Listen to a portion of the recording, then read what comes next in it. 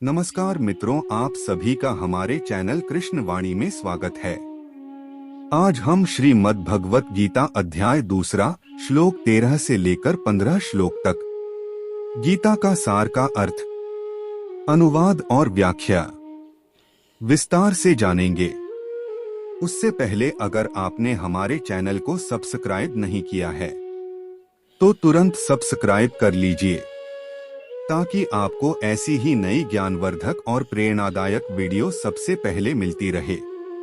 और वीडियो को लाइक कीजिए और कमेंट में जय श्री राधे कृष्ण अवश्य लिखें ताकि श्री कृष्ण की कृपा आप सभी पर हमेशा बनी रहे।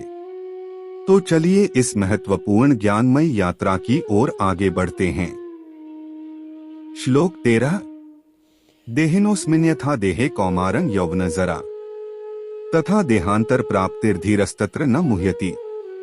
देहिना का अर्थ है शरीरधारी की, अस्मिन का अर्थ है इसमें, यथा का अर्थ है जिस प्रकार, देह का अर्थ है शरीर में, कौमराम का अर्थ है बाल्यावस्था, यौवन का अर्थ है यौवन, तारुण्य का अर्थ जरा या वृद्धावस्था, तथा का उसी प्रकार, देहांतर का अर्थ है शरीर के स्थानांतरण की, प्राप्त का अर्थ है उपलब्धि, धीरा का अर्थ है धीर व्यक्ति, तत्र का अर्थ है उस विषय में, न का अर्थ है कभी नहीं, मुह्यति का अर्थ है मोह को प्राप्त होता है। भावार्थ, जिस प्रकार शरीरधारी आत्मा इस वर्तमान शरीर में बाल्यावस्था से तरुणावस्था में और फिर वृद्धावस्था में निरंतर अग्रसर होता रहता है, उसी प्रकार मृत्यु होने पर आत्मा दूसरे शरीर में चला जाता है। धीर व्यक्ति ऐसे परिवर्तन से मोह को प्राप्त नहीं होता। तात्पर्य, प्रत्येक जीव एक व्यष्टि आत्मा है, वह प्रतिक्षण अपना शरीर बदलता रहता है, कभी बालक के रूप में, कभी युवा तथा कभी वृद्ध पुरुष के रूप में, तो भी आत्मा वही रहता है, उसमें कोई परिवर्तन नहीं होता। यह व्यष्टि आत्मा मृत्यु होने पर अंततोगत्वा एक शरीर बदलकर दूसरे शरीर में देहांतरण कर जाता है, और चूंकि अगले जन्म में इसको शरीर मिलना अवश्यंभावी है, चाहे वह शरीर आध्यात्मिक हो या भौतिक। इसलिए अर्जुन के लिए न तो भीष्म न ही द्रोण के लिए शोक करने का कोई कारण था, अपितु उसे प्रसन्न होना चाहिए था कि वे पुराने शरीरों को बदलकर नए शरीर ग्रहण करेंगे और इस तरह वे नई शक्ति प्राप्त करेंगे। ऐसे शरीर परिवर्तन से जीवन में किए कर्म के अनुसार नाना प्रकार के सुखोपभोग या कष्टों का लेखा हो जाता है। चूंकि भीष्म व द्रोण साधु पुरुष थे, इसीलिए अगले जन्म में उन्हें आध्यात्मिक शरीर प्राप्त होंगे, नहीं तो कम से कम उन्हें स्वर्ग के भोग करने के अनुरूप शरीर तो प्राप्त होंगे ही। इसलिए दोनों ही दशाओं में शोक का कोई कारण नहीं था। जिस मनुष्य को व्यष्टि आत्मा, परमात्मा तथा भौतिक और आध्यात्मिक प्रकृति का पूर्ण ज्ञान होता है, वह धीर कहलाता है। ऐसा मनुष्य कभी भी शरीर परिवर्तन द्वारा ठगा नहीं जाता।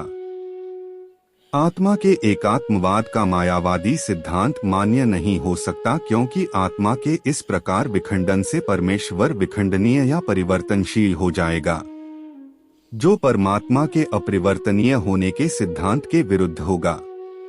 गीता में पुष्टि हुई है कि परमात्मा के खंडों का शाश्वत सनातन अस्तित्व है, जिन्हें क्षर कहा जाता है, अर्थात उनमें भौतिक प्रकृति में गिरने की प्रवृत्ति होती है। ये भिन्न अंश खंड नित्य भिन्न रहते हैं, यहाँ तक कि मुक्ति के बाद भी व्यष्टि आत्मा जैसे का तैसा भिन्न अंश बना रहता है, किंतु एक बार मुक्त होने पर वह श्री भगवान के साथ सच्चिदानंद रूप में रहता है। परमात्मा पर प्रतिबिंबवाद का सिद्धांत व्यवहारित किया जा सकता है, जो प्रत्येक शरीर में विद्यमान रहता है। वह व्यष्टि जीव से भिन्न होता है।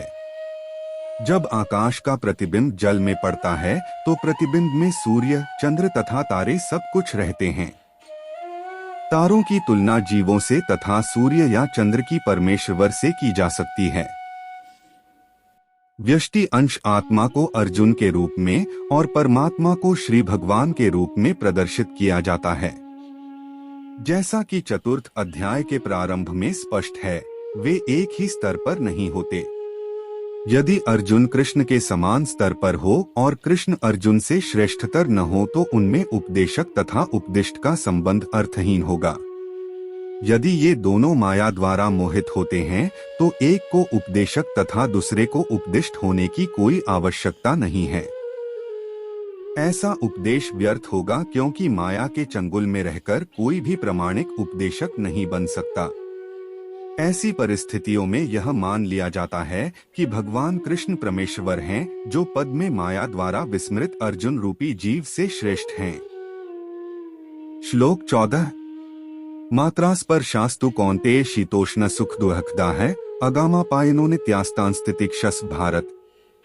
मात्रा स्पर्शाह का अर्थ है इंद्रिय विषय, तु का अर्थ है केवल, कौन्तेय का अर्थ है हे कुंती पुत्र, शीत का अर्थ है जाड़ा, उष्ण का अर्थ है ग्रीष्म, सुख का अर्थ है सुख, दुःख का अर्थ है तथा दुख, दाह का अर्थ है देने वाले, आगम का अर्थ है आना, अपायनः का अर्थ है जाना, अनित्याह का अर्थ है क्षणिक, तान का अर्थ है उनको, तितिक्षस्व का अर्थ है सहन करने का प्रयत्न करो, भारत का अर्थ है हे भरतवंशी।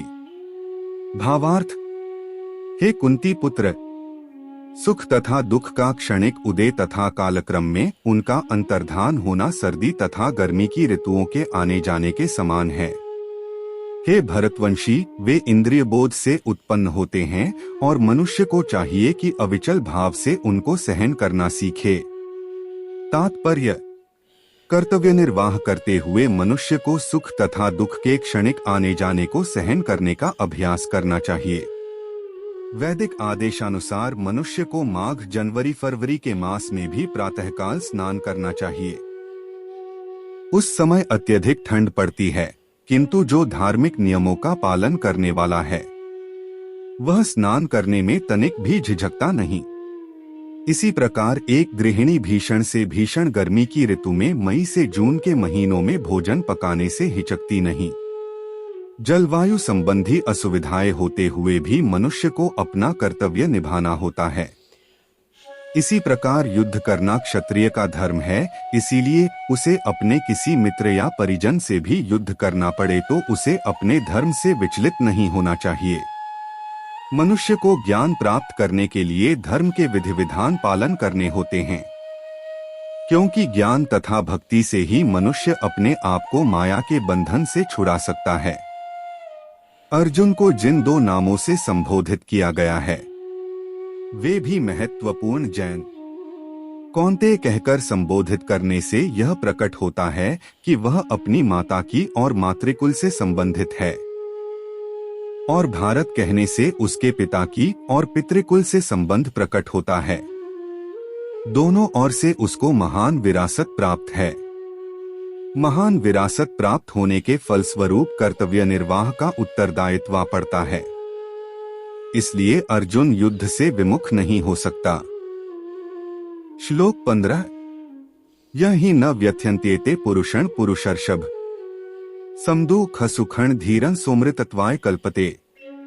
यम का अर्थ है जिस, ही का अर्थ है निश्चित रूप से, न का अर्थ है कभी नहीं, व्यथ्यन्ति का अर्थ है विचलित नहीं करते, एते का अर्थ है ये सब, पुरुषम का अर्थ है मनुष्य को, पुरुषऋषभ का अर्थ है हे पुरुष श्रेष्ठ, सम का अर्थ है अपरिवर्तनीय, दुःख का अर्थ है दुख में, सुखम का अर्थ है तथा सुख में, धीरम का अर्थ है धीर पुरुष, सह का अर्थ है वह, अमृतत्वाय का अर्थ है मुक्ति के लिए, कल्पते का अर्थ है योग्य है। भावार्थ, हे पुरुष श्रेष्ठ अर्जुन, जो पुरुष सुख तथा दुख में विचलित नहीं होता और इन दोनों में संभाव रहता है वह निश्चित रूप से मुक्ति के योग्य है। तात्पर्य, जो व्यक्ति आत्म साक्षात्कार की उच्च अवस्था प्राप्त करने के लिए दृढ़ प्रतिज्ञ है और सुख तथा दुख के प्रहारों को संभाव से सह सकता है, वह निश्चय ही मुक्ति के योग्य है। वर्णाश्रम धर्म में चौथी अवस्था अर्थात संन्यास आश्रम कष्टसाध्य अवस्था है, किंतु जो अपने जीवन को सचमुच पूर्ण बनाना चाहता है, वह समस्त कठिनाइयों के होते हुए भी संन्यास आश्रम अवश्य ग्रहण करता है।